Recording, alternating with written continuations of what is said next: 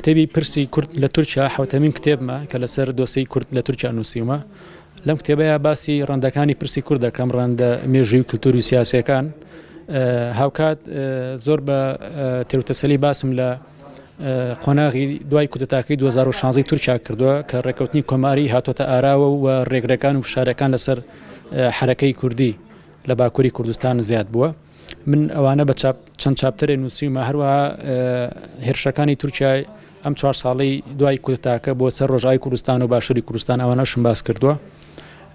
ئەوەی ئاماز من لەم کتێبە ئەوەیە کە سیاسەتی ئێستای دەوڵەتی تورک بەرامبەر بە پرسی کورد لە تورکیا و بەرامبەر بەشەکانی تری کوردستان سیاسەتێکی ڕەتکردنەوە هەیە، سیاسەتی قەدەغەکردن و ڕێگری و نەناسانی پرسی کورد هەیە بە